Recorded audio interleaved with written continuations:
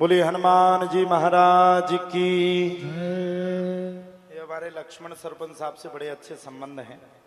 हमारा मंदिर बन रहा था जब हम भी बहुत छोटे थे, तो हमें ध्यान है मंदिर की नींव के लिए इन्होंने 21,000 रुपए का दान दिया था उस समय।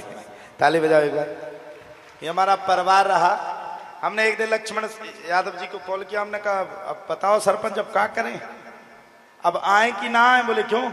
हमने कहा ये यादव पंडित मच गया है। बोले महाराज कैसी बात करते हो, यादव पंडित जिसको मचाना है मचाए, हमारे आपके तो जन्म जन्म के रिश्ते हैं, वो हमेशा रहेंगे। तो ऐसा हमारा परिवार है।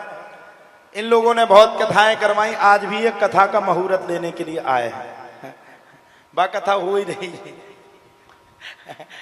इनकी एक पहचानते हो, उन्नाव बालाजी में गए आप लोग?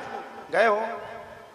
हाँ, वहां सूर्य मंदिर है, वहां एक मंजू यादव जी का ऑफिस है, वहां पे एक पटेल साहब है। कहाँ गए पटेल साहब? पटेल को मिले ना मिले लेकिन पटेल जरूर मिले। पटेल, मनोज और हमारे सरपंच साहब सभी लोग रहते हैं। इनका प्रेम अनन्य है। जातियों में ना बटो, हिंदू रहो, एक रहोगे तो सेफ रहोगे, एक नहीं रहोगे तो बांग्लादेश जैसी स्थिति तुम्हारी भी आ जाएगी। कुछ साल के बाद भारत से भी भागना पड़ेगा। जातियों में बटे हो, अपने आप में मर जाओगे। इसलिए एक रहो। सिखा सबको रखाने का अधिकार है। अगर कोई कर्म से अच्छा है, जिन्हें उदाहरण किए भगवान की कथा को बोलता है, संत प्रवृत्ति का है, तो वो किसी भी जात का हो, उसको कथा कहने का अधिकार है। यहां तो हम कहते हैं कि चोटियों को रखाना चाहिए, और यहां हमने उसकी पकड़ करके चोटी को काट दिया। ये सरासर गलत है। हिंदुत्व की भावना पर आहत नहीं पहुंचाना चाहिए। जिसने ये कार्य किया उसको दंड भी मिल रहा है। दोनों पक्षों को दंड मिल रहा है। दोनों पक्ष समय जेल में है, न्यायालय के पास है। हम आपसे प्रार्थना करें, आप लोग आपस में लड़ करके भिड़ मत जाना, क्योंकि कर्म उनने किया तो फल भी उनको ही मिलेगा। ठीक है? तो अभी कथा कहाँ थी? भगवान ने रास रचाया।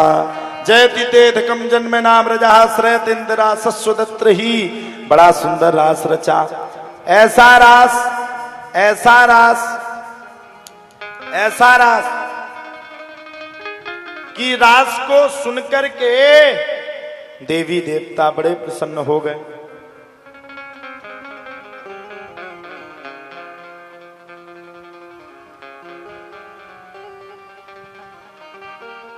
अब तो भगवान के फिर दर्शन नहीं हुए तो गोपियों का दिमाग खराब, मतलब तुम आ नहीं रहे हो, रुक जाओ। गोपियों ने क्या किया साहब? गोपियों ने पुनः प्राप्य एक सांस में, एक हाथ में, बड़े प्रेम के साथ मरने की प्रतिज्ञा कर ली। भगवान समझ गए, मन निर्मल हो गया। भगवान तुरंत चतुर्भुज रूप में प्रकट होकर के गोपियों को मिल गए।